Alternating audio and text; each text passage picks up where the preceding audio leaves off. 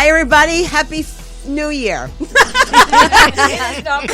Happy New Year. This is Welcome to Between the Sheets. This is our first show of the year. Yay. And I'm obviously mathematically challenged because there's only a certain amount of people that can fit in this room. And, well, I screwed up. But nonetheless, Tony accommodated us, and we mostly all know each other, so it's going to be so much fun. I hope you guys had a great Christmas and a New Year, and 2020 is going to be amazing, which is why I wanted to start the show on an upbeat topic where I think most people make resolutions and stuff, and you can make the resolutions, you can walk the walk, but you need to you need to walk the walk and talk the talk. Everything else is a bunch of bullshit unless you actually do work on yourself. And I think a resolution is nothing unless you actually put the effort behind it. And it doesn't matter how slow you go. It's with your own pace and it's your own journey. So this show is about awareness and awakening. Yay. It is heady. I want you guys to call in. We're all going through some struggles. We're all going through some stuff. And you know what? It's always good to have a community, especially of women, to help us find the answers or to help us on our path. You can call in at 323-524-2599. And on the panel this evening, we have, hold on, I got to read this, Kundulini, meditation teacher. You're probably friends with her on Facebook, Francesca Aster. To her left, we have author, spirit healer, and transformational coach, Debra Mittler. She's on Facebook, too. And then we have a good friend of mine. I'm secretly in love with her, but she knows it. She has the most beautiful eyes. She's here from Ojai. She drove in all the way from Ojai. She is a little bit of everything. She is a healer, an intuitive, just Mother Earth for me. And wow, thank you. And I'm so happy you're here because you are so grounding. So thank you so much. Thank you. Therese Hartmann. She's on Facebook too, but she's more discriminatory. So, and then we've got all the way from Rome, Yay. All you between the sheets crazy fans that keep following us. Jurga's here. It's Debra Mittler. Hi. And then we have my buddy, Kimberly Sanchez. Hello, everybody. And we all know one of my psychic people, Yes. Cheryl Murphy. Yes, great to be here. And then we've got the sex pot of the crowd, Mara Shane. Hi, everyone. Oh my God, Glad to be here. Happy New Year. And then we have Tony Sweet on the keyboards. Hi, Tony. So, I kind of started off the show about, sort of what we strive for. I think everybody, we all try and work on each other. And, and guys, don't be so hard on yourself. We do stumble and fall. And the most important key is when you stumble and fall, you get up. It's okay. It really is okay. So I'm going to start off with Francesca. She is a Kundulini person. And explain what the hell Kundulini is. Well, Kundalini Yoga and meditation is an ancient practice, very ancient actually, and it's the yoga of awareness, awakening, and knowledge. Keep talking. Okay. Tony will fix it. And the wonderful thing about Kundalini Yoga, and I think there are a lot of misconceptions, but I think the wonderful thing about Kundalini is we work on every aspect of your body, your mind, your spirit, your soul. And being a registered nurse as well, we work on every aspect. So I could do a set for your liver, for your kidneys, for your heart, for your lungs, for your digestion. We do a lot of pranayama, which is breath work, which I absolutely love, because if you can get someone to breathe properly, and there are all kinds of pranayama that I teach, that's better than anything else you can do, because I think your breath will get you through life no matter what. So we do a lot of breath of fire, which removes toxins from the body, left and right nostril breathing. Breathing through the left nostril is a wonderful way to relax and rid yourself of any anxiety, where breathing through the right nostril will wake you up, and we balance the brain. We meditate, we chant. It's working. Kundalini means the serpent that's asleep at the base of the spine. And it's energy. It's all about energy. And it's to awaken this energy. And then that energy, when she awakens, goes through all the chakras. So it's a very beautiful, beautiful yoga, and I've been teaching now for about 20 years, and I've had the honor of practicing with Gurumukh Khalsa, Guru Shabad, and the Sarasat Singhs who are in Italy. I've had amazing teachers. And I think where I focus on most of all is the emotions. Yeah. Kim had brought that up. Because if you don't deal with your emotions and you keep shoving them, what's going to happen? We're going to find imbalances in our bodies. We're going to get sick, unfortunately. We all have the same emotions, and there should be no shame around those emotions. Right. Now, Debra, regarding that sort of pinballing off of that, you're a spiritual healer and transformational coach. You can plug your book now. My book. Do you want me to talk about my book? Yeah, talk about your book and talk about what you do and how that springboards or complements, if it does, what Francesca does. Oh, yeah. I mean, Francesca talked about, not suppressing our emotions. I think that's the most important thing because our emotions, it's like kind of a little kid. And so they're crying, right? You're telling the little kid, shut up, stop crying. So you're continuing being the mean parent to that little kid. So we never really learn self-love until we learn to self-love and self-parent ourselves. And that's making more conscious choices, but also recognizing, hey, when I'm upset, take a deep breath, stop. Just say, hey, you know what? I got you. I feel you. What's going on? Ask your inner child, because whenever we're upset, that's our inner child crying, saying, hey, there's something going on. And it usually comes from a deep, repressed emotion from when we were little. Because what's happening when we get triggered by something, it's bringing up our unresolved issues that we never dealt with that's stored in our bodies. And what Francesca talked about, the emotions, we don't deal with it. It just gets stored and stored and stored.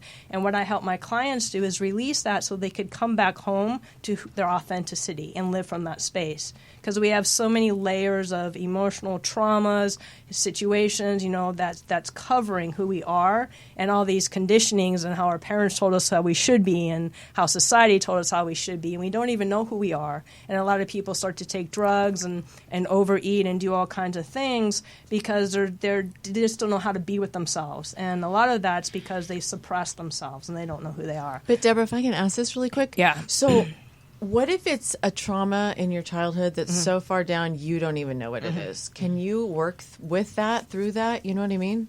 Yeah, so with trauma, I don't force it.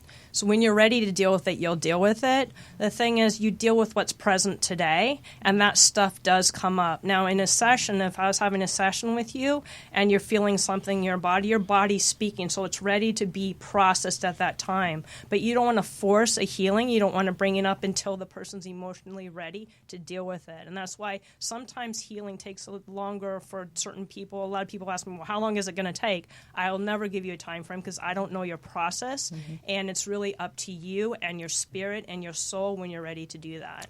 Can I just jump in here for a minute? Because I grew up meditating. My name is Durga. I was given that name by my spiritual teacher when I was 10 years old. Swami Muktananda gave me that name.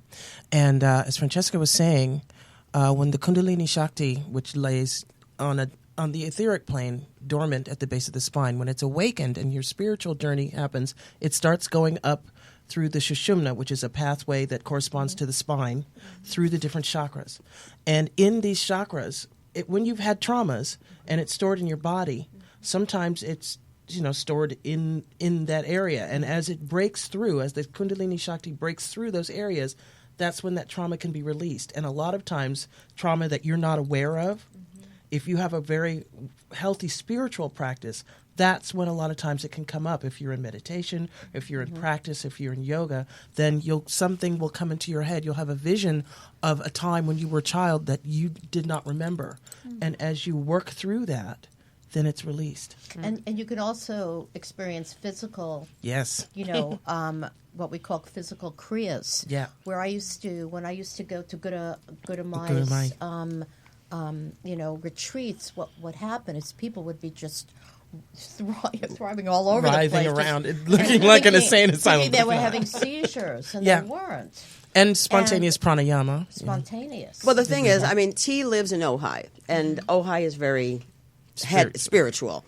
And, you met Ram Dass. Yeah. Yeah, I saw the picture on Facebook.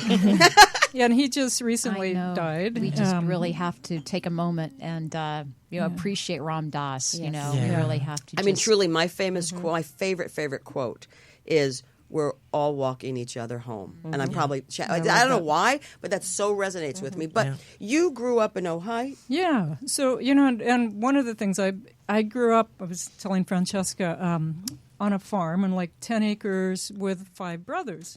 And so, and they're building forts and shooting guns and all this. And, so I'm off by myself. My mom's like far too busy to take me to go play with friends. So I was out in the fields and I started running experiments when I was little. So I learned to throw myself into a trance when I was 3, just by running in a circle, run. And, it's like you don't feel anything, right? So you just feel like happy. And on top of that, my grandmother had been a nun for 10 years, and she was a very mystical variety. And then I think my grandfather may have gotten her pregnant. I'm not sure, but I mean, I'm well, great. Somebody obviously got her pregnant. I mean, it was not the Immaculate Conception. So that only happened once. It wasn't from spinning around and around. But, I think spending all that time, it's like you start doing these fun experiments. And for me, it's like, well, what is your paradigm for life? And I think that's the quickest way to get yourself out of a funk is to shift the paradigm, right? So it's like I've always kind of considered life like a scavenger hunt. So, finding this and that. So your eyes are like wide open. And because of that, I've met the most interesting people, like Gangaji in the forest in Rishikesh, and Carlos Castaneda's group. Having lunch with them, and Deepak Chopra, and just like randomly. I'm hanging out with you from now on. Randomly, it just it happens. So I had dinner with Ram Dass one night because I was over visiting this woman that I met, and she was like, "Oh, come stay with me. I have this little shack, by the ocean." And I was like kind of feeling sorry, and she was so nice. I'm like, of course I'll come. So I come, and it's like this beautiful like mansion with like whales going by. I'm like, what? She goes, would you like some coconut water? And I'm sure. So she like takes a coconut out of the refrigerator and breaks it. Like real coconut water. I mean, it was. Nice. And then she goes, and RD's coming over for dinner. I'm thinking, who's RD? And then I'm like, Ram Dass? And sure enough, it and it was, and so I got to spend some time with him. And today I was over at Julie Cypher's house, who's very has been devoted to Ram Dass, and I found out that she was with his body, and seriously, wow. Yeah. So she told me some really interesting things about him. But he was a great teacher, and kind of led me back to my childhood, because that was one of my first books.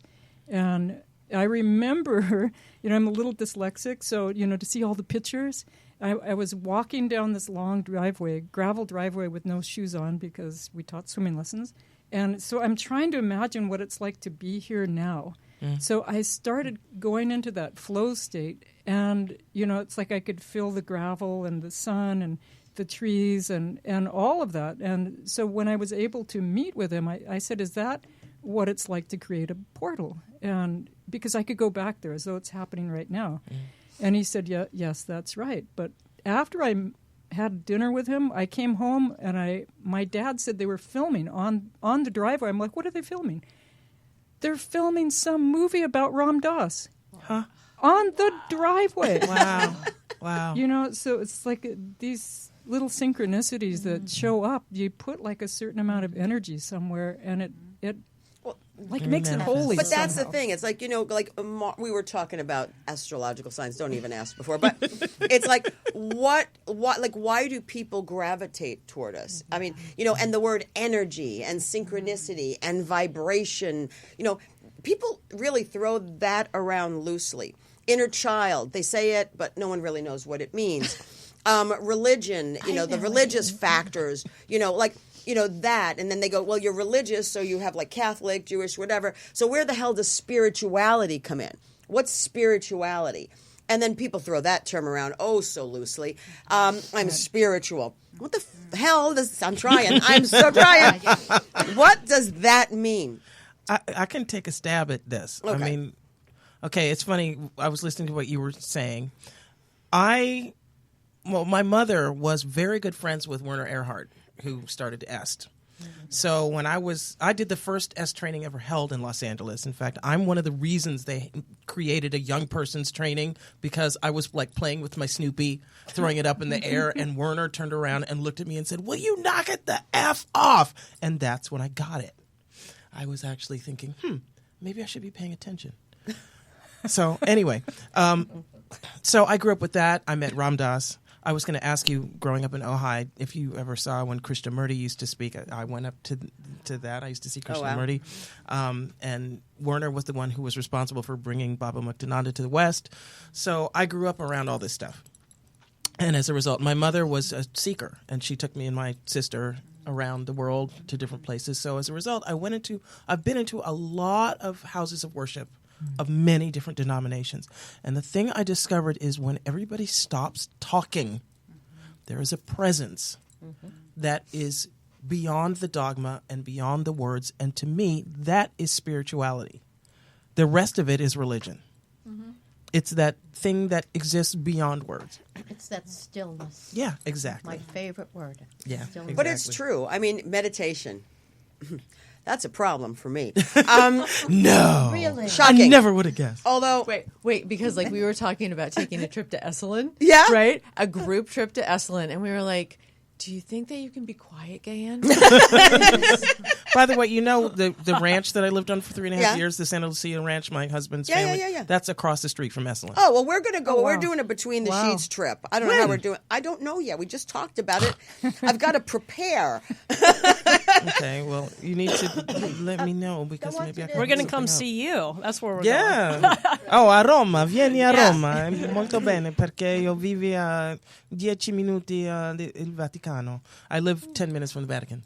Okay. Oh, We'll be there. I don't know if I'd be one of. I had many years of Yeah, the Vatican Catholic kinda shit. sucks. I'm not doing No. that. I'll pass up the The, Pope. Although this Pope is pretty good compared to the rest of them. He slapped that lady. I know he did.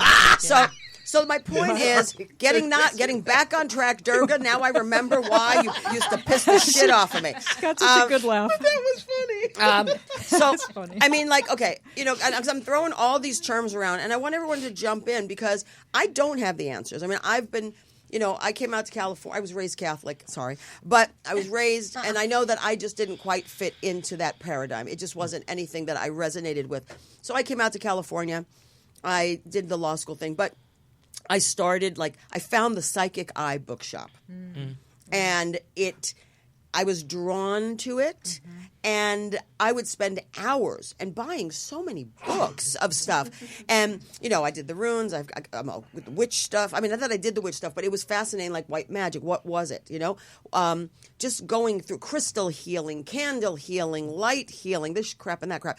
But it was just really, and it's not crap. It just didn't, those things just didn't resonate with me. But, I mean, I guess my definition of spirituality is to be open to everything and to whatever... You become, okay, this is going to sound weird, but we become our own church, meaning I can pick a little bit of Judaism or a little bit of this or a little bit of that, whatever resonates with me. I kind of am making my own religion, something that I can resonate with. But every single one of them talks about this meditation thing, okay? Can I jump in? Sure. Okay. Since I'm a meditation teacher. No, what I wanted to say, because so many people say that, oh my God, I can't meditate, my mind, oh my.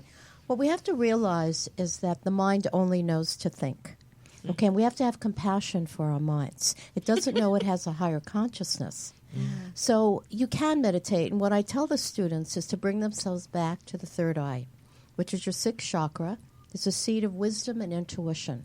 So your mind's going to wander. So as those thoughts come in, you want to touch them like clouds in a vast sky, acknowledge them, bow to them, just like you do with the emotions. But you learn in time to sit, just to sit. It should never be difficult. People feel like, oh my God, I have to meditate a certain way. Not necessarily. Well, but the thing is, like, obviously the universe is telling me I need to meditate because... Like, a friend of mine just bought me a Christmas present, which is a meditation cushion. Subtle. That,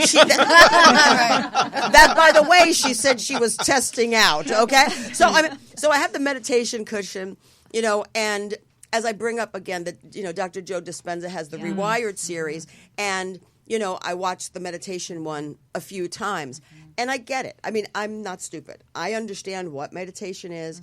I can hear you saying, shut the mind off, the third eye. No, not shut the mind Well, you know off. what I mean, but what I'm saying is, like, if you sit there, I mean, even if I'm looking at something, my mind is looking at something, and if it's a clock, I'm seeing that thing go.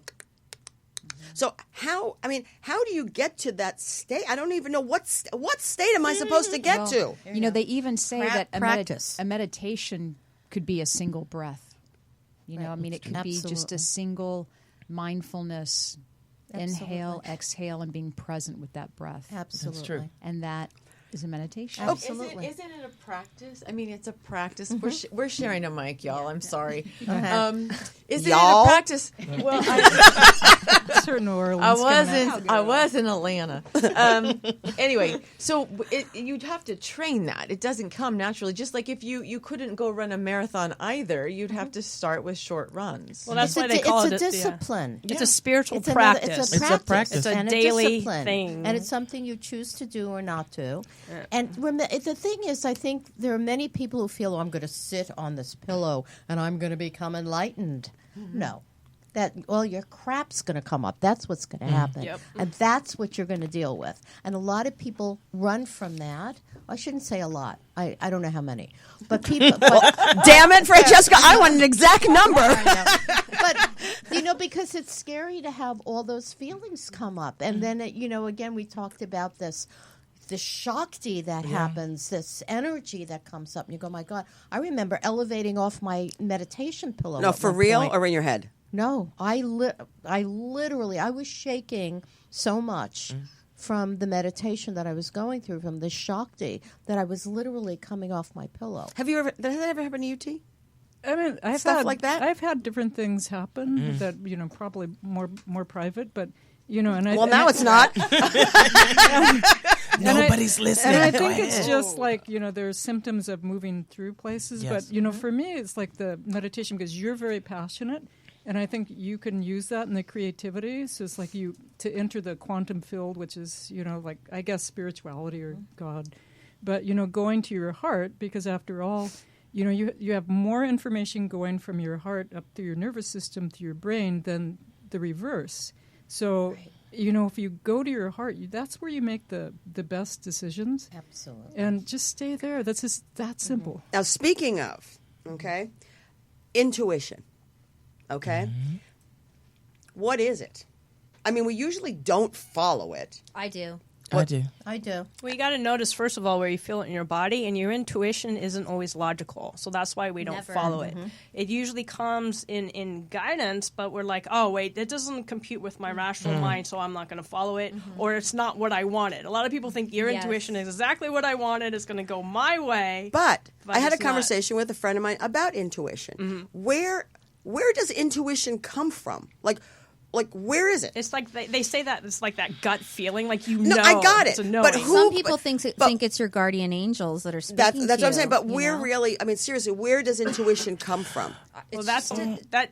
I think that would be individual. I mean, if you took a deep breath, close your eyes, and just kind of ask that energy to show you where it comes from, you'll be able to sense where it comes from. But is it God? Is it the universe? Is it someone sending Well, us a message? Is it? that The you could quantum only field. know for yourself? Maybe it's a lot of the combination. God damn it! They We just have a call it caller. different Hold on, things. we have a caller.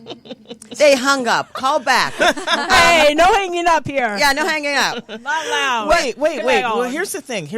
As human beings, we rely far too much on our basic senses, our five senses. And that's how we think we perceive things.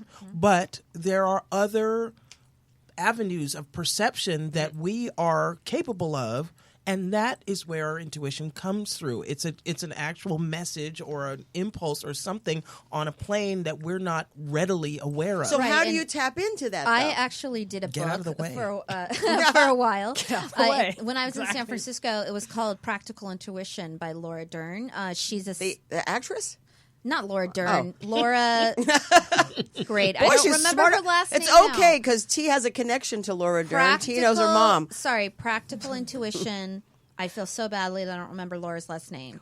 It's just not hitting. It's right okay. now. You gave the title. They'll Anyway, look it up. It was a book that had exercises at the end of each chapter, and I got really into it. And she starts off by asking you, what are 3 things that you would like guidance on in your life? And you write down the questions that you would like. And she says throughout this book, we're going to be answering those questions, but you won't in an indirect way. So there's these exercises where she literally got my brain trained, and I got good. I got good at like writing things on pieces of paper that were turned upside down and knowing which question I was talking about.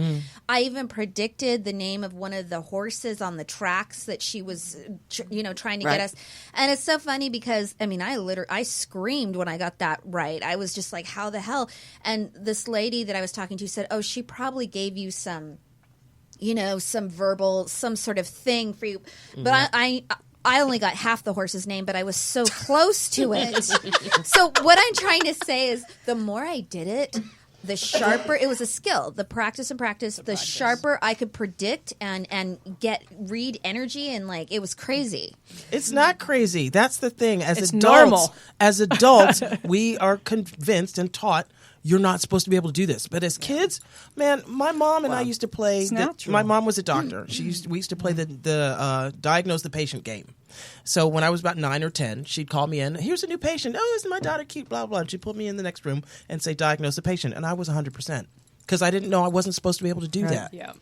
Well, everyone, call in 323-524-2599. I promise when Tony tells us, we'll keep quiet and we'll acknowledge you guys. 323-524-2599. And no, I haven't had it memorized. And now we have a caller.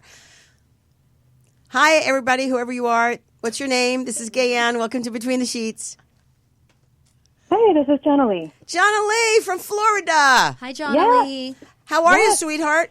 Hey, I'm good. How are you? Fine. So I know you've been texting or whatever here, and you've got probably a lot of questions or a lot of information, or join the crowd. Tell us what you want, honey. So I wanted to, lots of food for thought here, and I wanted to first touch on, I want to know what your guys' thoughts are on what I perceive as the new religion of memes. It's like there's this religion right now. What's it called? Where it's like religion of memes. Memes. Oh. Are you talking about those silly little things? It's like, on the internet? There's like this cult going on right now where everyone is talking about, just like what you said earlier, Dan, about higher vibration and being in touch. And it's all coming out in memes and like because you know why? They're illiterate is what the problem is. They don't know how to spell, so they're using like emojis and memes. No, but memes are like Jonna Lee, wouldn't you say that they're just like very like creative, quotey things? How would you describe a meme? Why don't you let everyone know what that is? Well, I mean, it's like probably 90% of my feed on Facebook, for example, is everyone talking about higher vibration. Yeah. And I don't really know like that anyone fully understands the concept of, the whole law of attraction and everything. And it's like people, I mean, if the law of attraction were a thing, like what about people that are like starving and constantly, they have their vision boards too in different continents and they're struggling, and everyone just seems to have this, you just ask for it and you're just going to get it. Jonna Lee? I don't know. Lee? I feel it goes back to, Are you calling the laws of attraction bullshit? Yeah, I got to call bullshit on part of it. Like, I mean, I know that there are mirror neurons and everything, but the whole law of attraction, I think that we don't really have a grasp of what that is. I think like 90% of us don't. And so there's just this whole, like, spirituality going on right now where everyone just wants you to be in this artificial state of happiness, like all the time. Right. And if you come to them with anything other than, any other emotion, and you want to express that, then you're bringing them down. You're the Debbie Downer. Okay, so you're talking not about spiritual bypassing. And this happens a lot in the New Age society that we're experiencing, and I agree with you. And I think the law of attraction has its place, and I also think that it could be dangerous at times. And what I mean by that is like, how do you say to a cancer patient, oh, you created this? I mean, there are ways of, people just get sick, and we can't explain that. And so I hear exactly what you're saying, and I think in our younger generation and this new age of, you can't think of anything negative. Well, that's ridiculous. There's a shadow side and there's a light side. Exactly. And you have to deal with both of it. Bottom line. I mean, that's the thing. Right. It's like they always think, if you put a worry thought out there, it'll come back. Well, that's not true. Have you ever worried about something and it happened? And have you ever worried about something and it didn't happen? So it's just like how It's much. too black and white. Right. Like, Exactly. I got Exactly. really heavily into the law of attraction, and I would say I was almost brainwashed from it. I would listen to Esther Hicks, Jerry and Esther Hicks all the time, Abraham, and I adore them still. I still love it, but I was in a point where I was really brainwashed because I was listening to it every day, and the only part I don't resonate with anymore is that it gets a little dangerous when you feel that your thoughts can control everything, that we have that much power, I think that there is a grain of salt to every single spiritual and religious concept, and you just take what you like and leave the rest. But I think, too, part of the law of attraction, people take the very simplistic piece of it and go, if I just wish it, it'll be so. But that's not what the law of attraction That's is. true. It's You really absolutely not what it's it really is. getting yourself in alignment. And yes, there are two different sides of the stick. There's the negative and the positive. Their focus is to pay attention to how you're feeling, because you're probably putting more emphasis, your thoughts and your focus are more emphasizing on the negative, and that's why you're perpetuating more of the same thing. But here's the thing, talking about reprogramming. Jenna Lee, you can stay on if you want. About reprogramming, because we're all conditioned. There's all these external factors that are conditioning us, and that's based on how we make our decisions. But how do we get to the state of presence? Because, we can have stuff in the past, which obviously is going to affect our decisions. We worry about stuff in the future that we can't control and we don't even know. So how do you get to that state of being present, T? Because I know you're always present. You're Not always. Not Well, always. I don't know, but for me, I've always seen you always being present, and even the advice that you give and stuff, it's always really from a certain grounding and a present, like being in the now. I've spent a lot of time by myself, but I think everybody wants to be happy, right? We all want to be happy, but we think with the law of attraction, if we have a relationship, if we have a lot of money, if we don't have cancer, that's going to make us happy. But having lived in India for a year, and you see the beggars on the street, they're having more fun. They're sitting together in a group. Than some of the people that are in these mansions that they don't know their neighbors and they're stuck. So it's like you can never really assume that something like bad happens, that person that it's happening to is feeling it in that way. It might, it's like Carolyn Mays was talking about sacred contracts. Well, we each have our own sacred contract. And, it's especially for us. So sometimes those tough times, you feel lonely or whatever it is, but that leads you to go deeper. And pain's a great teacher. A lot of people want to avoid pain, but pain comes up because it gives us an opportunity to change. It gives us opportunity for healing. There's so much greatness in pain that when we go into it and allow it and embrace it as a part of our soul's growth and evolution, then we won't poo-poo it so much. The thing is, we're taught. See, my goal is not to be happy. So that's my spirituality. When you talk about it, and you mentioned it earlier, what does it mean to you? It doesn't mean happiness. So for me, it is feeling everything, being present, feeling the darkness, feeling every shade of color, and being present and letting it go as it comes. So not just like holding on to it, but letting the emotions be transient like they're supposed to be. Let it ebb and let it flow and release it. Yeah, but some people can't do that. What I was meaning, with the... Well, it's because of the trauma. A lot of times it's like we want to be present, but our subconscious, our nervous system is keeping us from being present. So all these things on teaching you, I need to be present, but our nervous system is not present for whatever reason. It's a protective mechanism. It's stuck in time. It's stuck in that traumatic experience, so it can't be present today. How do you fix that? How do you work through that? Well, it's a process of healing and...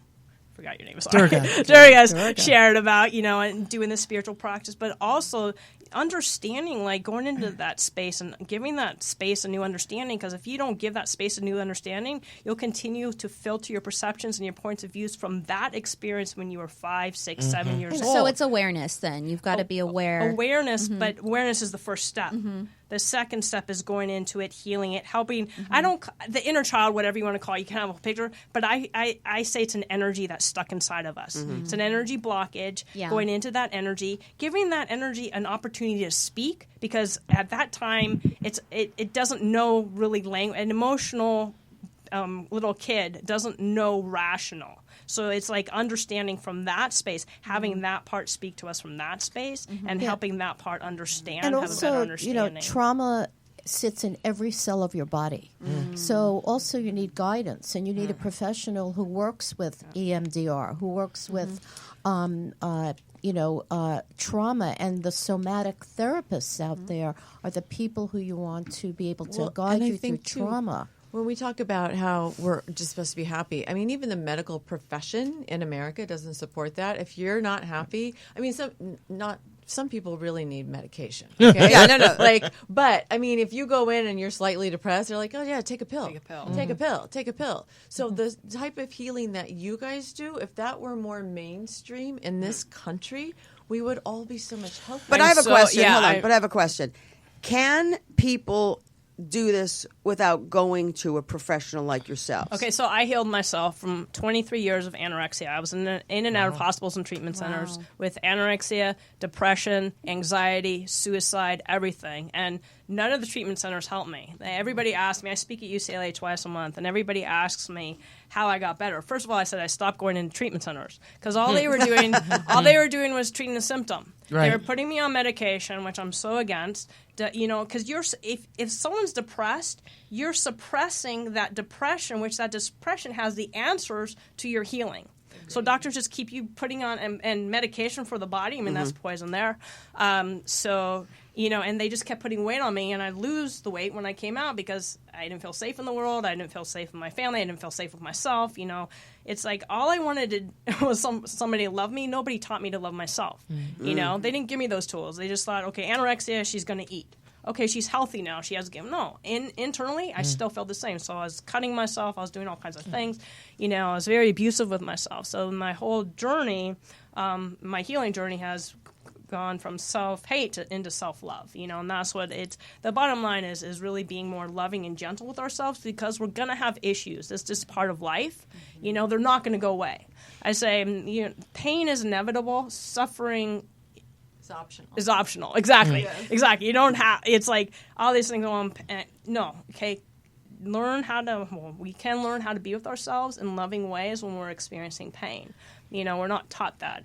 But don't you think doing it by yourself? I mean, some people can, but I would say, rare. Would you say, okay, Gaye Ann, so that's it's rare. Yeah. Why are you looking at me? Would I say again? Because it was your question. It is. It's very rare. But it's hard. It's hard. Go get help. But you know what? That's why I do what I do, because I know it. Because I took myself through the healing journey, and it's not easy. But I'll tell you something. Soul. Okay, so I'm fortunate. I have I'm in gratitude. I haven't had major shit happen to me. Yeah. So when the little shit happens to me, it's a big trauma. Because I mean, it's like, oh my God, this happened. And for somebody else, it's like, get over it. But for me, that is huge. Because what a trigger is, it's you're bringing up something from the past. So it doesn't have to be, it'd be like, oh my God, she looked at my bottle wrong. You'd be like, she looked at my bottle. So that's a trigger. So that's something that you're blowing something way out of proportion. It has nothing to do with that. Okay, wait a minute. People, I am so not a drama queen. Just want to clarify that. No, but wait. Because I've known you for a while. Really? I've known you for a while. What I know about you is you have a huge heart and you hate to not be in control. So when emotion comes, is not accurate? You don't like not being in control. So when emotion, it's my show, damn it. so when emotion comes up for you that you don't know how to handle, you want to control it. And that's one thing everyone has been saying about being present. How I got through losing my husband was just being present to my pain and my loss. And I had friends who were like, okay, I'm going to come over and we're going to do this. And I was like, no, you're not going to come over. You're going to let me grieve and let me go through this and let me be in grief for as long as I need to be in it. And they could not understand it. I hate that word because that comes up for like death of a parent, death of a spouse, well, and death of a fucking relationship. Well, and that's you're grieving a part of your life or a part of you that was actually connected to them. So it's important. I cried for 2 years on the floor in my condo. And I'm at the beginning of my healing, like to the depth of my soul, to release a lot of that. Just like you have to. Like you gotta you release have that to stuff. be in it as long as you're in it. And for somebody who does not like to relinquish control, that is almost impossible to do. But what winds up happening is hold on, eye roll.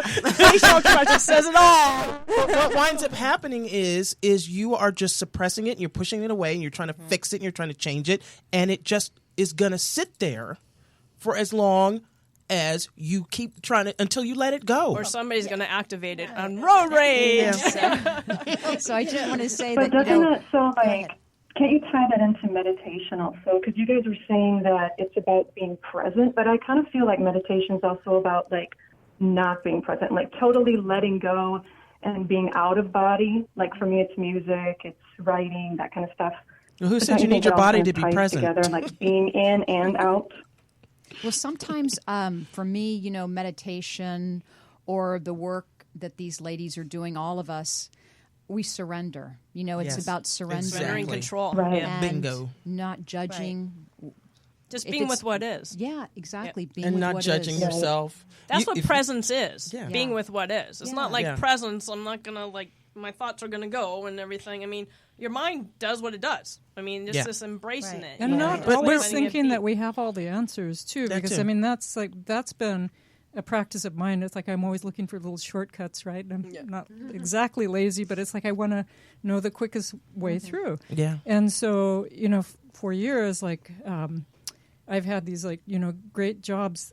And I haven't even really gone to college, but just some woman that was meditating called me and said, I see you working for this Japanese company. I'm like, what? And so I knew by then, call, right? So I call. They fired somebody to make room for me. Wow. And I became, the general manager of this big Japanese company, right? But then I injured myself and I was put on permanent disability. And so I'm, I know a lot about pain because I'm not even supposed to be sitting for more than 15 minutes. But, you learn to, embrace that. And it doesn't bother you anymore. You kind of rise above it. But, so when I wanted to go back to work, I actually asked. I was looking at the field of real estate, and I asked, what should I do? And on my list was a loan officer, but it wasn't anything I thought I should do because I'm kind of dyslexic, so it didn't seem like a good fit. And so I was supposed to go to New Mexico. I asked the question, what should I do? And as I'm pulling into the Burbank airport, I come around a corner and I see this special license plate. It says Lone Gal. And I'm like, I don't want to be a lone gal. I'm like, no, I'm fighting it, right? I'm fighting. And so I'm like, okay, well, you need to give me a better sign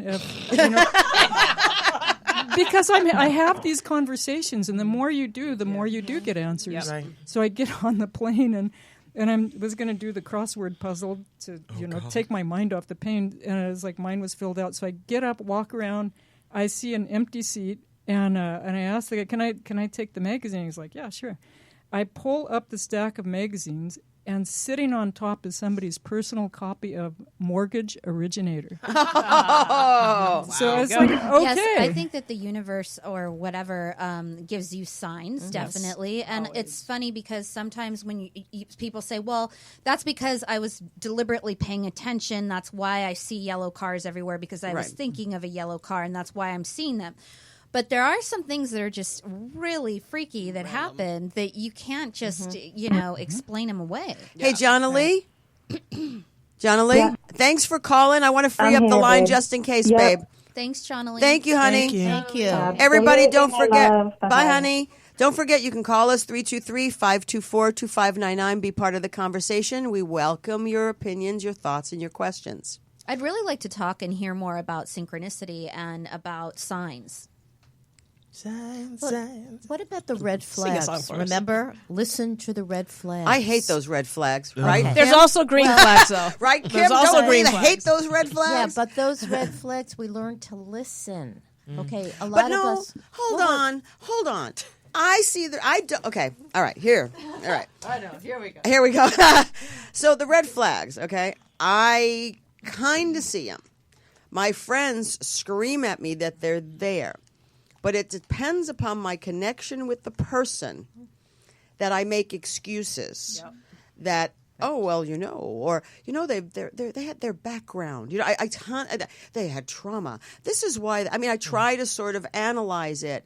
So yes, I think we all see the red flags, but I mean, how does like someone like me, because I'm human, how do I like if I care about someone? How do I like Walk away then? Yes, Care walk away. about- Yes. Care Go about you away. more. Yeah. Yeah, Care about you more. absolutely. And I don't think we all see the red flags. They are so subtle. Oh no, And I mine are think- resounding. No, I think as your intuition grows, as your channel becomes cleaner, and you become more intuitive, then you will listen to those red flags because they're very meaningful. They're messengers for us. Cool. Hold on. We got a caller. We have another caller. Uh-oh. Hi, it's Gaye Ann and the Hey there, ladies of hi. Between the Sheets. Who's calling? Hey, this is Joe. Joe. Hey, Joe. Joe the dancer. Hi, Joe. How are you? Hey, hi, good. So I have a question regarding spirituality, but it's more on the spirit side. So regarding meditation and raising your vibration, et cetera, I'd like to know the experiences that your panel has had connecting with the other side. Truly, if they believe that they can. I have some And if You mean the spirit I exists see dead beyond our people? physicality. The I see dead people. It happens. It All does the time. happen. I channel my parents the all the time. time. And actually, this book was written through my guides, which is, I could say the inner side or whatever, but it's a higher energy. What's the title of it again? Awakening to Unconditional Love, Transformational Healing. And it's on Amazon, right? It's on Amazon. Okay. It's on my website, yeah. So, so this is all channel writing. This is all written through me from who I call my guide, my loving voice, but I believe that it's from the other side because it's not energy that I'm really thinking with this mind. It just kind of flows through me. So things like that. Are you talking about as far as talking to people who have passed over? Yeah, and like out of body. Like something that you cannot, there's no mistake. You're like just saying, okay, that really happened. Well, I've got an experience, okay, because I don't see dead people. If I saw a dead person, I'd like have a heart attack because I'm not open to it. No, I'm not open to it. I'm just not open to it. You mean a ghost? Kinda. Okay. So but I know I'm intuitive. I mean, a lot of people on this table have told me that I am. I just don't. I'm not comfortable right now with it because I have blockages. But like when I was a kid, and I go back to when I was a child, my grandmother was in the hospital. Blah blah blah blah blah, and I, of course, you're going to make fun of me, but I had my own phone when I was a kid. I had my own phone line. Only child. I can't help it. So left the hospital. Truly left the hospital. And I wanted to stay with my grandmother because I got this weird feeling. But she was alert. She was like, no, go home, get some sleep. I go home, and I'm going to make the times up because I don't remember. Let's say 6:45 in the morning, my phone rang, like a real phone, people, not a cell. And I picked it up because I was half asleep, and it was like static, just static. And I was like, whatever, click. About 10 to 15 minutes later, my parents' phone rang. I kind of heard it, and then I get a knock on my bedroom door. We have to go to the hospital. Your grandmother died. So I automatically said that was my grandmother. Sure. But then I had this whole sense of guilt and remorse going, but I wasn't there when she died. I didn't tell her I loved her. And she knew I loved her. But it's like, in my mind, it was like this unfinished business, and I let her down. And maybe if I was there, she would not have died. So shoot back, that was 1980 something. No, I don't know, 82, I think. Shoot back, I'm in California, 1986, in law school. I met my first girlfriend because I realized I was gay. So we're in my studio apartment. And Sunday Times was my big thing. Entertainment section, no surprise. Calendar. So I get up and I sit on the bed and she's sleeping.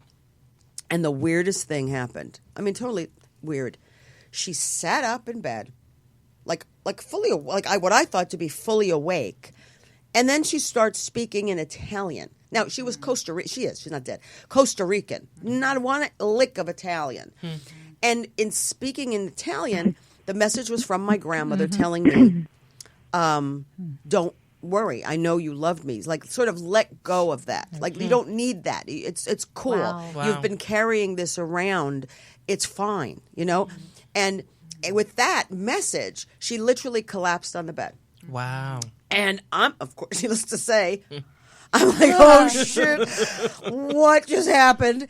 And then I'm like waking her up, trying to wake her up, and she's like dead almost, but she wasn't dead, but like kind of dead. And then all of a sudden, uncontrollable sobbing. Not me, her. And I'm thinking, oh shit, I'm going back to New Jersey. California's screwed up. That is so Oh my God.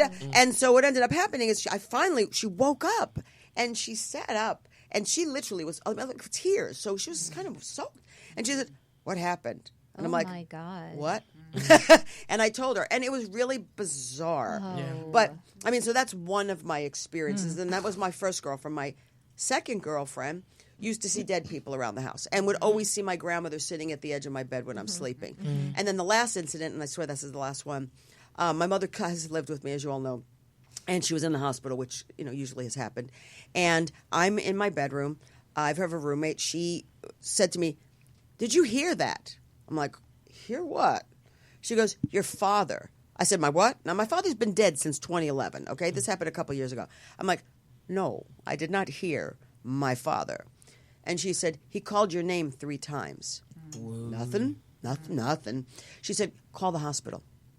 I picked up the phone in the hospital. I called, and my mother was having some issue going on. Oh, wow. It was about midnight, 1 o'clock in the morning. But for that message that I cannot hear, so I always find girlfriends that are like, They're like translators, you know?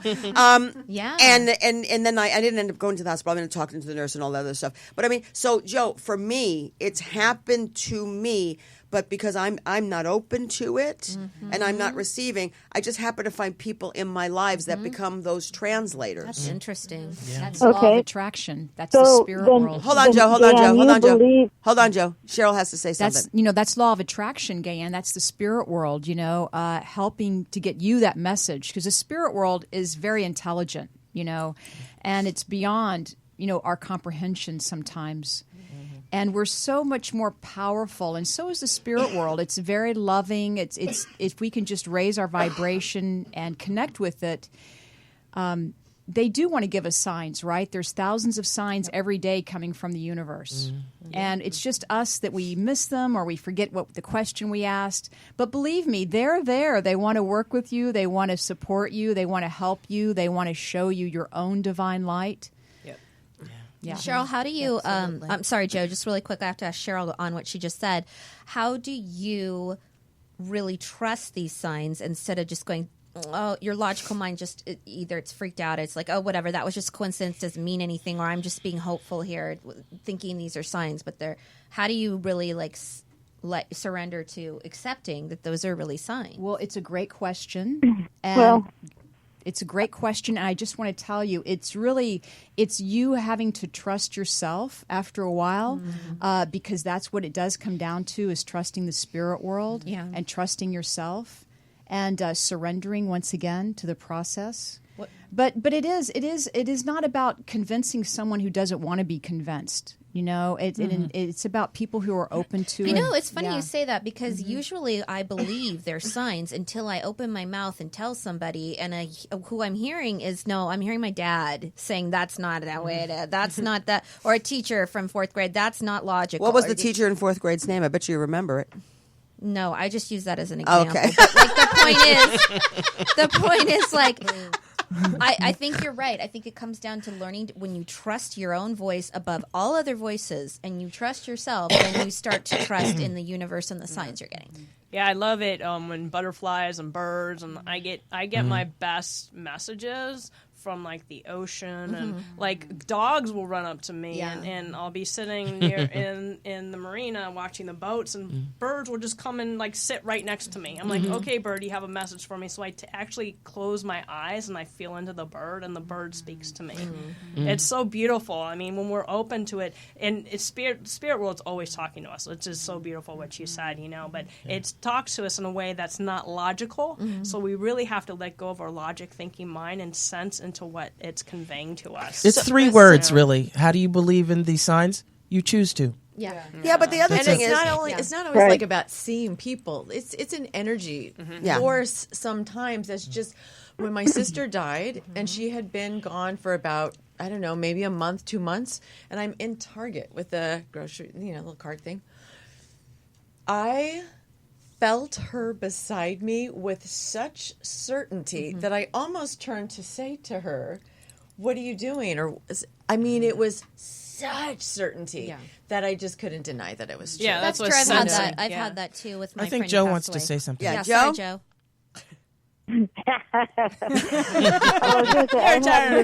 Joe, did you think you were going to word in edgewise with 8 women?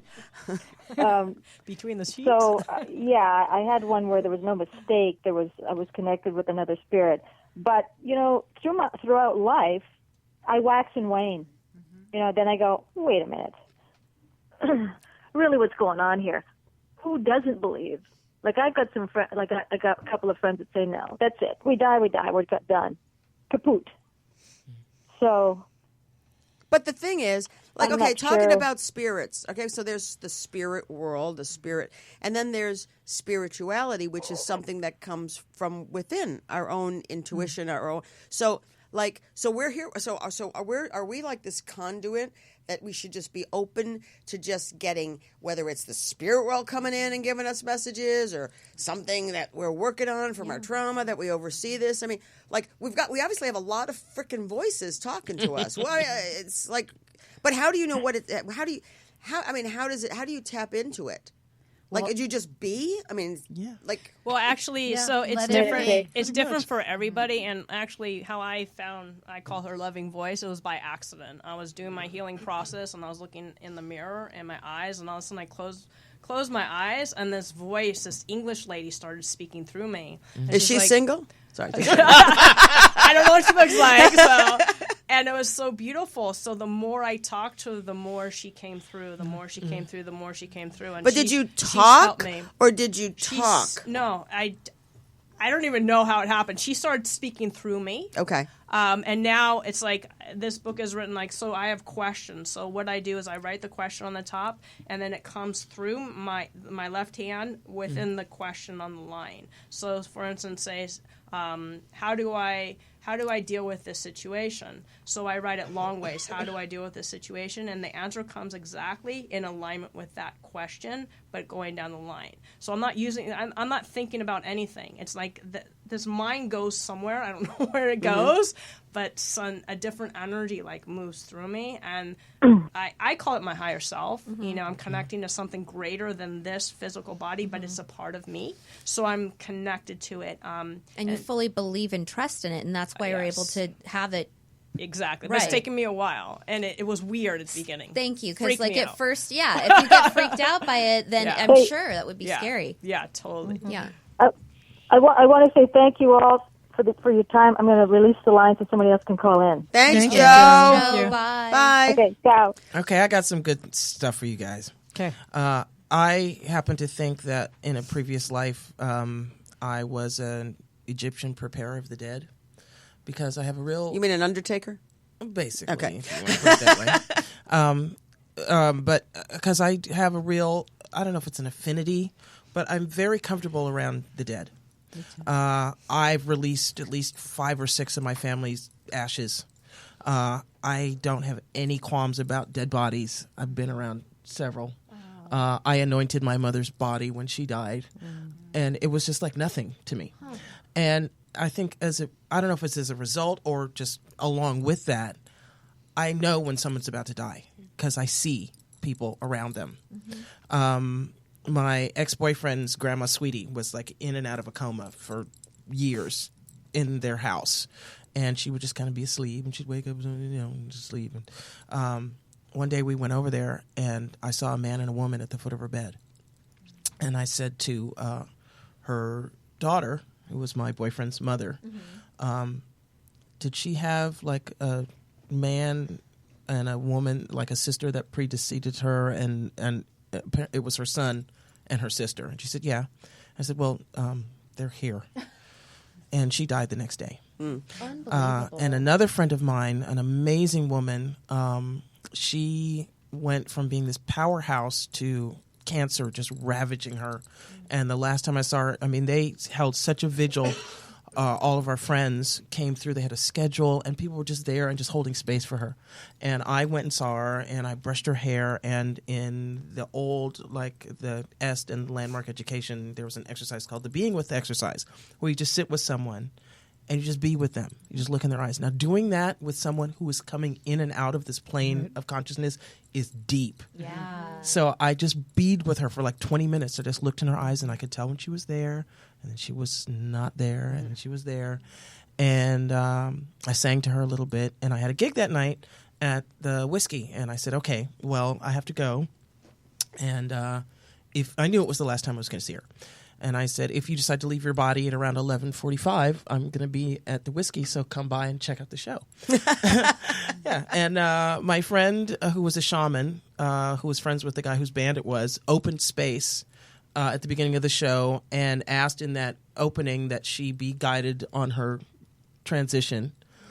And the last song of the set, I hit this note that was so pure and so high, I knew she was there.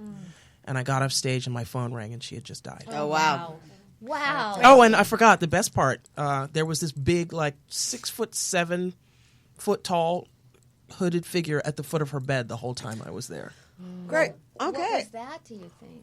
Her guide, Oh waiting my for her. God. It's so interesting how some people can see these things and some people can't. And Or- you and I are blind to no, it. no, I wouldn't say I'm not like Durga can, but I mean, when I lost my best friend Lindsay, I knew like you were talking about in the Target, and you feel them by. I knew without a doubt when she'd come to me. I knew Lindsay's here. Oh my God, I'd like be overwhelmed with this feeling of complete love that would bring me to tears. And I just want to say, for me, spirituality is love. I mean, Well, look, for me, love is everything.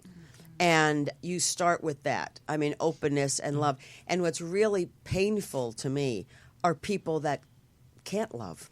Well, it's only because they have blockages around their heart. You know, just like it's that's why doing the healing is so important, because our energy is not flowing freely if we have any of those traumatic experiences, any painful experience. And a trauma, a lot of people think like trauma is like this big event. A trauma could be as small as your mom didn't pick you up when you were crying. You know, those type of little things like affect a little being so much. And it's true, because I Yeah. had my first, I mean, we talk about Reiki, well, at least my people do.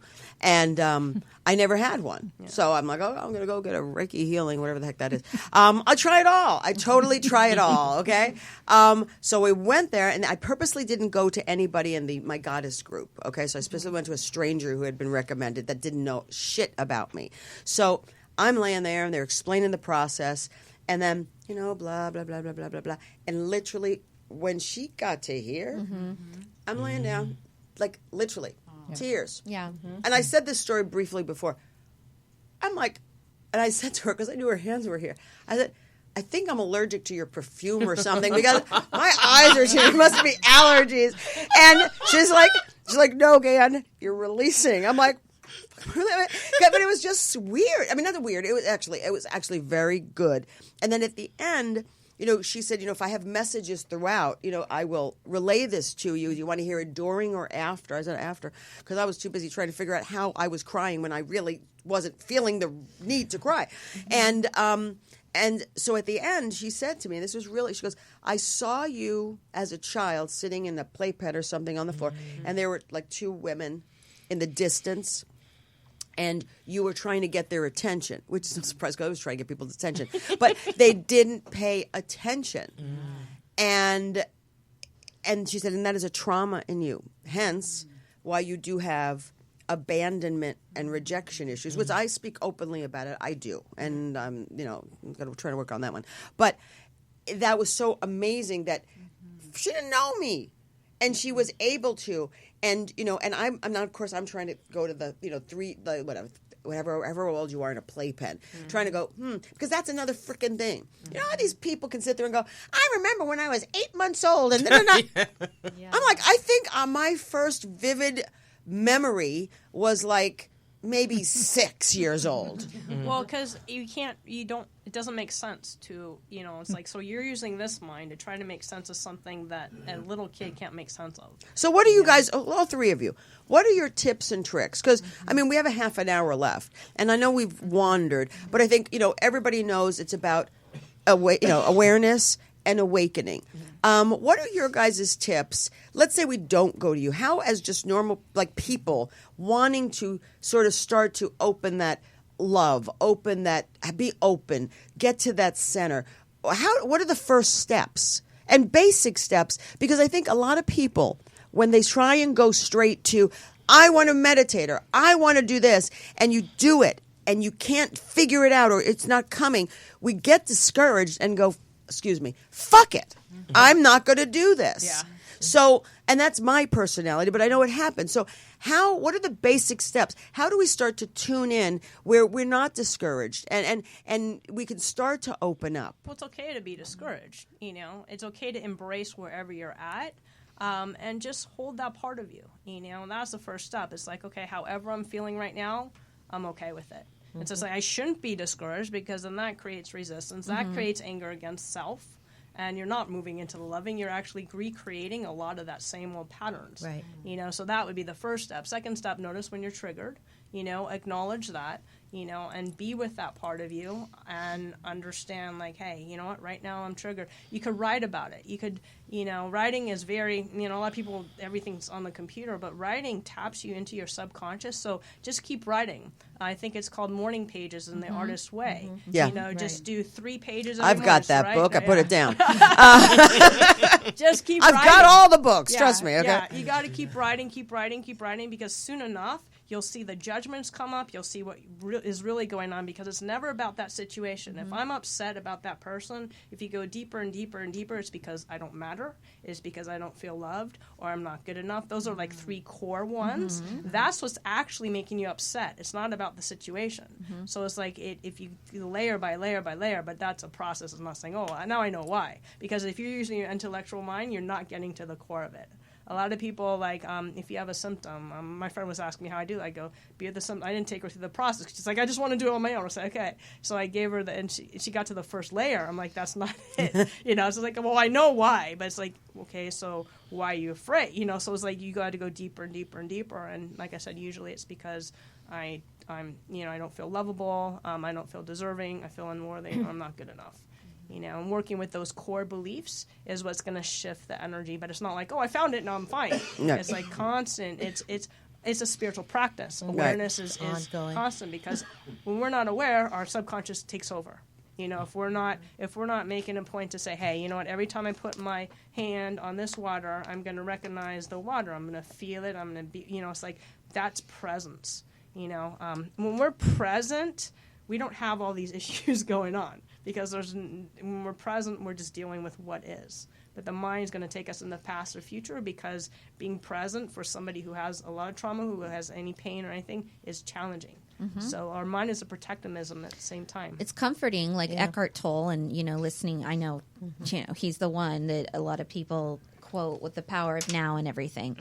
But I've been actually trying to do that for the last week, and even over the holidays, I would notice when my mind was starting to think in judgments or past or future or worries or whatever, and I'm like, what are you doing right now? Just bring the focus back in front of me. Everything is safe right now. Everything's what are you looking at right now? And that's a Buddhist way of looking at things too. Yeah. Mindfulness. Yeah, mindfulness. Exactly. And so but it's so comforting. It's so it's like, right? Because I'm going to say that. Shit. We have elaborate. This is like limp dick. Elaborate. Okay, I'm sorry. WTMI. So if you're, are you the only one around? Oh no, you're not the only one around the table this time that would know about that. No, I said that first. Anyway, so sometimes you think you're dealing with it, right? So like I think I'm dealing with my shit right now. I do my stuff and there's all kinds of work going on. Now, I go to bed, right? Think I'm tired. I crawl into bed and I lay there like, oh my god. I literally for hours lately, and I'm like, I can't sleep. In the last 2 weeks, I feel like I've slept maybe 3 hours a night. Well, that's because we've been getting in at 2:00 in the morning every single night for the last 2 weeks. We're supposed to share that. Actually, that So could when- be a calcium deficiency. When all believe of it or that not. manifests, like all of that Magnesium. head stuff manifests as something that now you absolutely can't control. But then there's You Kim. know? Doesn't that happen to you when you're in the quiet? See, for me, I agree with her too. Not that but it's when I'm in the quiet. Like if I'm constantly around, I'm good. I mean, actually present. I do what I do, but it's that quiet space that I start to sit there and then think about shit. That's why a lot of people stuff. like to stay busy because they don't want Busyness to have is to deal with it. You It's don't a have to be defense with yourself. mechanism. Yes. Yeah, it's a defense protective mechanism. But I mean, getting back to like Francesca, because when Francesca was one of the first people I think I called in general about this, and I had 15 birthday parties this holiday season, but for herself, for myself, not for 15 birthday parties. no, for myself, oh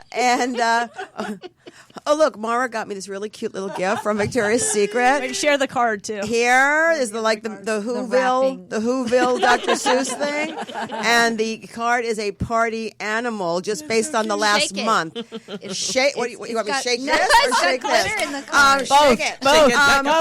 But talking about Francesca, we were talking about, we had an offline conversation because Francesca offered at one of my 15 birthday parties to have a guided meditation. And then it ended up being that this party was about 215 people. So we decided maybe we shouldn't do this and do it at a later date or a private session.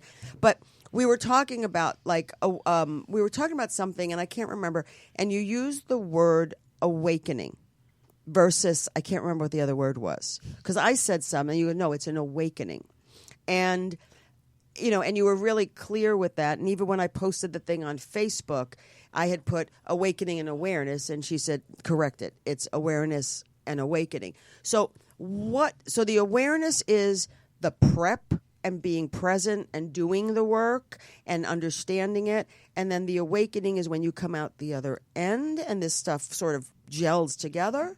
Well, I don't think it's that black and white. I am black and white, so explain. Bring it together. Go in the gray. Yeah, go in the gray. Because Well, I love everything Deborah said, and I totally agree with it. And I think the other thing is, too, is that once you get in touch with the triggers, nobody triggers you. You have to have triggers within you, okay? We blame other people. Oh, my God, you said this, you did this, you triggered me. No. So when we feel something that somebody says to us, that's our work. That's like Byron Katie says, do your work, right? Mm-hmm. Right. Do your work and stay out of people's business. And I love that. And so when we get in touch with those triggers, that is our work. And as we work through those triggers, realizing, it's also to say to the person, what was your intent? I heard orange, but you said green. So it's very important for us to communicate clearly, and a lot of us, unfortunately, have not been taught to do that. So if I'm uncomfortable with something you've said, I'm going to look at that, and I'm going to see that's really within me. It's really within me. It's my trigger. And then I'm going to work on that. And as you keep doing that over and over and over again, you just become more aware. So you're saying if someone perpetually does something, let's say Kim does something to me, and it constantly No, she doesn't do anything to you. No, this is what I'm saying. But I'm saying she triggers something in me. So you're saying that based on that's triggering me, I need to look within myself to really dig deep as to why what she does. No, it has nothing to do with what she does. It has to do with what is the emotion that's coming up for you. Okay? What are you Did you saying it feel like a means? hurt little kid? Kim said this, and that just didn't feel good. Well, it's that little kid. you go back to that place, but it's not conscious, really. But It's an over automatic time- regression. Yes, exactly. What's it called? Automatic regression. Yeah, automatic So you get regression. triggered, you automatically respond from the wounded place. Right. And you're filtering your perception. Right. So she did something, but for somebody else, it may not have affected them that way. Okay, so here's the thing. So she has her normal behavior. It triggers something in me. How do I stop myself at that moment to sort of be reactive? Stop yourself at that moment. But I mean, but normally you can't because you're caught. For me, because I'm pretty passionate and I got a big mouth, and I automatically it's like That's your work. Yes. Yeah. Exactly. Yeah. So you learn not to be Nailed. reactive, and you learn to respond, and you learn to say to Kim, that what you just said. Thank you. What you just said. I felt hurt by that. She didn't hurt you. No. But you felt something, and whatever that feeling was is your work. To go explore it. I know T has something to say. Yeah. She's sitting here real Well, I mean, quiet, and you're never quiet. I know it's so interesting to hear everybody, but I think, identifying the emotion that you're feeling, but going back to what Mara asked, because I think that was a really good question. It's about, synchronicities, and I feel like that's kind of the language of the universe. So, Yes. so Absolutely. speaking that language, practicing that, and asking for signs. One of the things about sometimes when people they want to fix it themselves, right? So, but you're staying in your mind still. When you surrender and you ask for a sign, it's outside of yourself, and you're really open. Like crazy, wacky, wonderful things happen. Yeah, I've had some weird on the nose things. Like this isn't a big, huge. It was weird to me because when I was doing my web series at the time, I had this character in mind, and I wanted to get. I had him working as a director at Paramount, specifically a director at Paramount. I went into Goodwill and I was looking for props and things, and I had asked in somewhere that I wasn't conscious of that I get something, and I was wanting a baseball cap but I was looking around, I didn't see anything. So as I was checking out with something else I bought, there I look over on a mannequin. There is a black baseball cap with Paramount Studios written on it. I was freaked out because that is just so crazy. And I think because I had no resistance to it, I wasn't scared. So it happened. Well, it's happening all the time. I remember I pitched my business to a certain place, and I didn't get it. And I was driving home, and I get behind a license plate that said "Trust God Anyway." Oh wow! And it was just so things like that. I don't really ask for signs; they just show up. And then today, I was walking to put the trash out, and this lady stops me, and she's like, "Do I know you?" I said, "I don't know. Do you?" And she goes, "Do you know some girl?" And I said, "I didn't know her." And she goes, "Well, I'm manifesting, but I'm in this space where I'm open to being in a relationship again." And she was telling me, she's she's a speaker and her partner, and I'm like, that's what I want. When we're a partner that's together with me and doing our business, it's she seems to know your need, the universe was speaking through her. And it's so things like that. It's just it's always happening weird everywhere. and uncanny. Sometimes it's songs that I'll hear Songs. one Oh. song on the radio. No, wait. Songs are everything. Songs are me. I mean, Jurgen and I. No, wait. I'm What? sorry. I've got the got a ultimate. The morning my husband died, we were in the ICU. He was in a coma. And the first song, this is the sequence that happened literally as he was dying. The first song that came on was "If You Leave Me Now, You'll Take Away." Chicago. Ooh, no, baby, please don't go. I thought, ooh, maybe he's going to be okay. Until the next song, which was Paul Simon. "I would not give you false hope on this strange and mournful day, for the mother and child reunion is only a moment away." And his mother is dead. So I knew that's when he wasn't going to come back. The next song, "Ain't no mountain high enough, ain't no valley low enough, ain't no river wide enough to keep me from you." The next song, "I don't care what you say anymore, this is my life. Go ahead with your own life, leave me alone." And he was dead. Wow. And I know it was him. Of course it was. But I mean, my whole thing with music, because I resonate a lot with music, probably more than anything. And I like to play this game, okay? Because it happens. I have I shuffle songs. It used to be the iPod, but now I have really no control of it because it's not my playlist. I'll put on Pandora or something and just let it go. And this happens every time I go to see like somebody. Whether it's a friend, but a somebody. Who's a somebody? Because I always, you know what? Because with every somebody. person in my life, there's one song that reminds me of them. I don't know why. Whether it's I experienced time with them and that song played, and that's immediately. But I always resonate with one person with the song. And it's kind of funny because when I go to, let's say I'm going to drive to see Mara. I'm just making this up. It's like immediately when I get in the car and I just put it on. You hear Like a Virgin, right? That Like a Virgin. Exactly. It'll be like it's like I know I'm going to see Mara, but that song will come up. And then I'll play the game going, so what kind of meeting is this going to be? You know? And then all of a sudden, if it's like, I'm like, okay, so now what? You know, now what am I going to do with Mara? You know? And then sometimes it'll be not with you. No. Sex is on fire? No.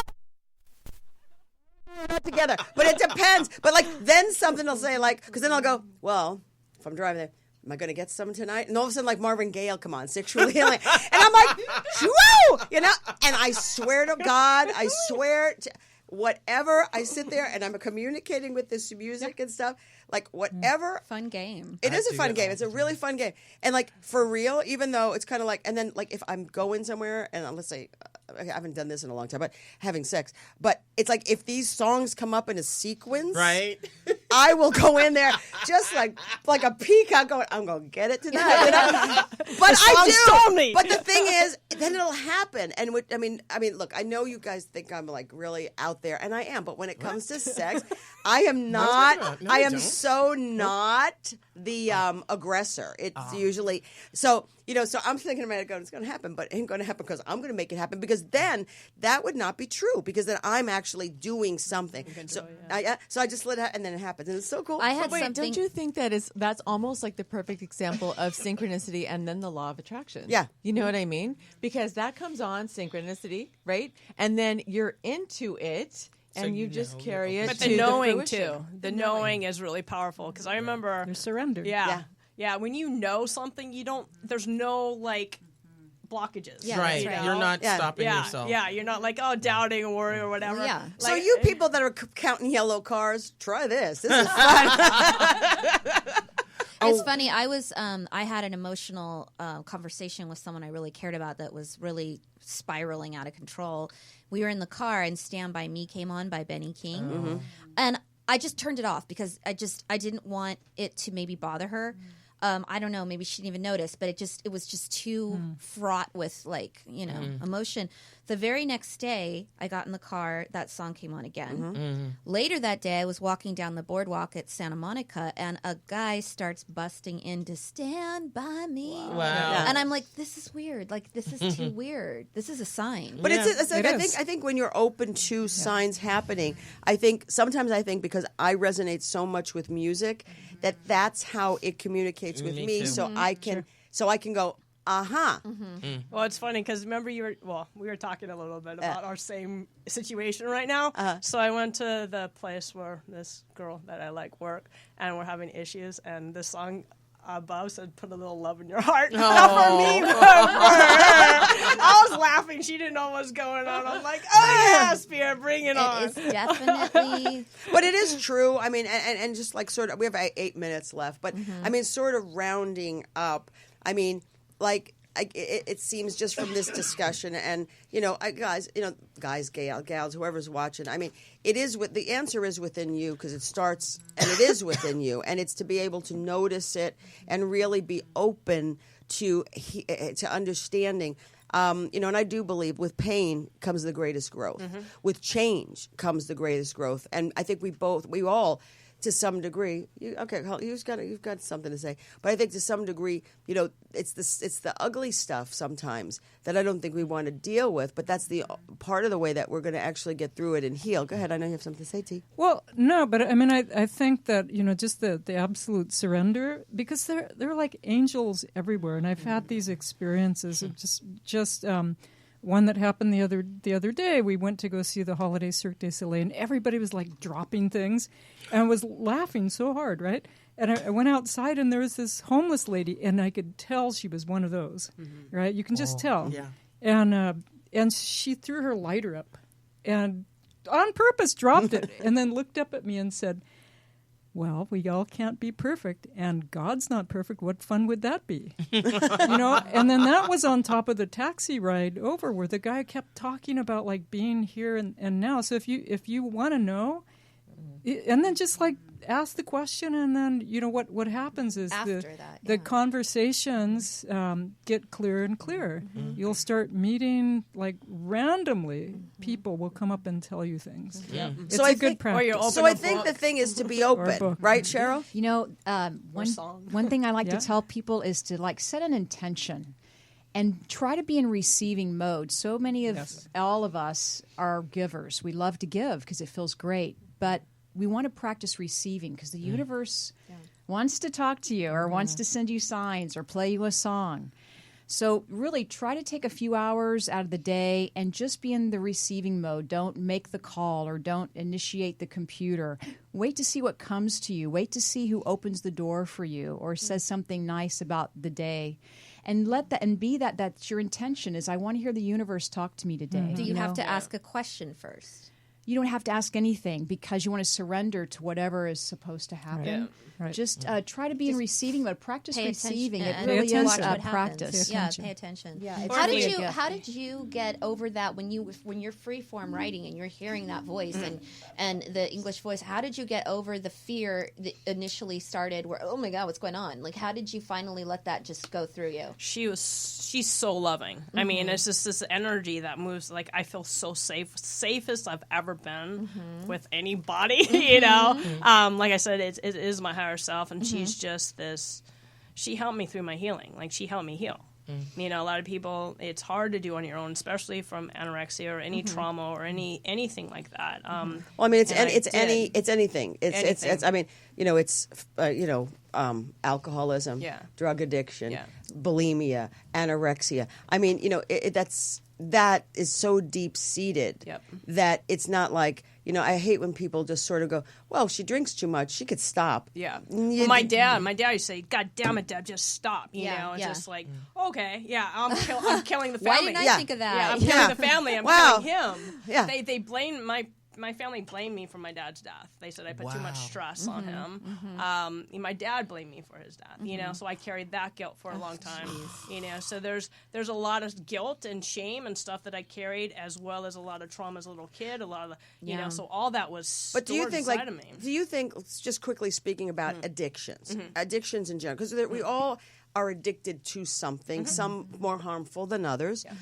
We should all be addicted to love, and peace, and that should really be what we should be addicted to. But so all that stuff underlies with this trauma that has happened in our lives. So, like, how do you?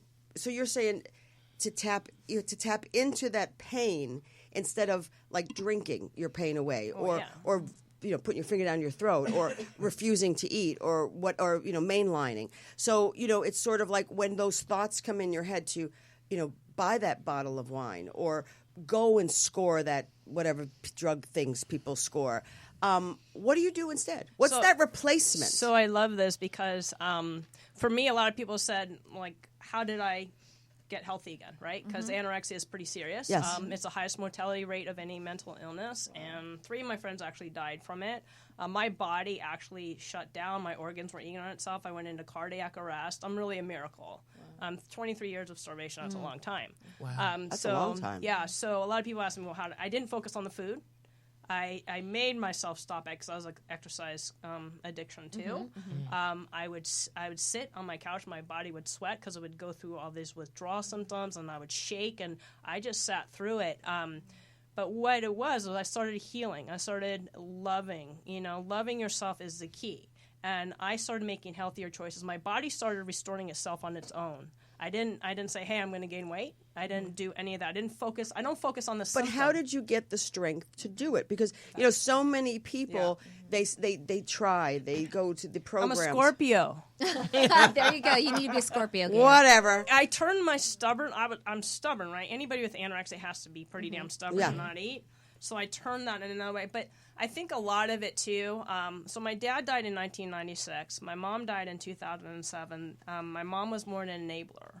And I really, truly believe that I wouldn't be where I'm at today if my mom didn't die, because I was always looking to her. So when she died, it was like, okay, it's just me and God. Yeah. And I started my healing journey a little bit before that. I went to hypnosis school. I learned hypnosis, subconscious, learning that. But I still was really but that's what you've done. Yeah. And obviously you have a book. Yeah. But for the I have normal 5 books. But for the normal My person baby. who doesn't have that, they're sitting there, they're despondent. Yeah. They go to that dark place. What can they do for that immediate moment to sort of get through that step to not mainline? Or not drink that glass of wine. You have to let the feel. Yeah, you gotta let those feelings flow. You've got to just sit through that uncomfortableness. You just got to do it. You got to face the fear. So you peel the onion. Yeah. I'll have the onion. Just totally expose yourself in your safe space. Allow to go through the emotion. Well, it's not going to feel safe. It's not going to feel safe. The thing is, it's like with it's just like you got to go into that dark alley. It's like I say it takes a strong soul. I don't know. You asked me how. I don't know how I had the strength, because my whole focus was on beating myself up, harming myself. I hated myself. I hated life. I hated being here. I hated everybody. So you start with self-love. So you start with maybe, I'm just throwing this out there. You start with maybe some practices and some whatever, to just start with self-love, because you have to kind of love yourself to want to live, to want to be healthy, but before you can undo that. You're right? not going to love yourself right away. No. Doesn't start with the desire to want to do something? And it's, I mean, for me, it was want it or rock bottom. Yeah, exactly. For me, it was rock bottom. It's right, exactly. So it's different for everybody. I can't say there's not one way. All I know is healing is a process. It's not an event. And a lot of people have to hit rock bottom a million Right. times before they are willing to embrace a different way. So see, everyone, we've come to another end of our lovely show, Between the Sheets. It's not about, getting that 5-star to do it within a 3-week amount of time. Healing is a personal journey for everyone. Don't beat up on yourselves. We all stumble and fall, but it's, again, like I said at the beginning of the show, it's come full circle. And you've heard everybody's experiences, everybody's stories. It's a matter of always getting back up, because, one of my favorite words is hope. And my friends, make fun of me sometimes as a joke, and they go, you're always hopeful, even in the worst situation. But you have to have hope. Well, there's a silver lining in everything. And if you could find the silver lining, then it'll offer you hope. But that's what I mean. So you really have to sort of program your mind to see that there's hope, that there's always going to be light at the end of the tunnel. And whatever tools or people that come into your lives or messages, just strictly to get on the other side of that. Books. Whatever it is. That's why I share my story, to offer hope. Because, but whatever it is, there's always the light at the end of the tunnel. And if this book doesn't work or this doesn't work, just don't stop. Don't feel self-defeated. Also, reach out to others for help. We're not all, we're here on this earth. We're separate individuals, but we're a group, and it's really all about unity. And the center force is love. And I think if we did a lot more of that, I think we'd all be in a better place. So start out, reach out to your neighbor, reach out to someone, and say, I love you. And I say it a million. We're all and I say it a million times to people, because at that moment I may not really love you, but at that moment I do. So have a great evening. Thanks for tuning in. I want to say thanks to Mara, Cheryl, Kim. Thanks, Durga. Durga will probably be back. T from Ojai. She's amazing. We love our tea. Francesca, thank you. Thank you. Do you have a website? What do you have? Yes, francescaaster.com. Okay, ASTER. Debra Mittler. Yeah. Oh, livingintheloving.com. Come on, promotion, babe. Livingintheloving.com. Dirk, I know you have a website. Go. Just look for me on Facebook. I got all kinds of music coming out this year. Cheryl, if people want to read him, what do they do? CherylMurphy.net. And if somebody wants some mortgage stuff, what do they do, T? I don't know. Pray. Don't you have? No, don't. Whatever. Thank you, Tony. Everybody, thank you. Please have a wonderful 2 weeks. We'll be back in 2 weeks. Well, we're back. I can't remember the date, but it's always the 1st and 3rd of every month. BetweenTheSheetsPodcast.com. And in the studio that week is someone who used to be my therapist, who's now my friend, so now she can't be my therapist. Her name is Christina Castle. And the lovely topic is secrets, lies, betrayal. Get your questions ready. Thank you, guys. Namaste. Have a great night.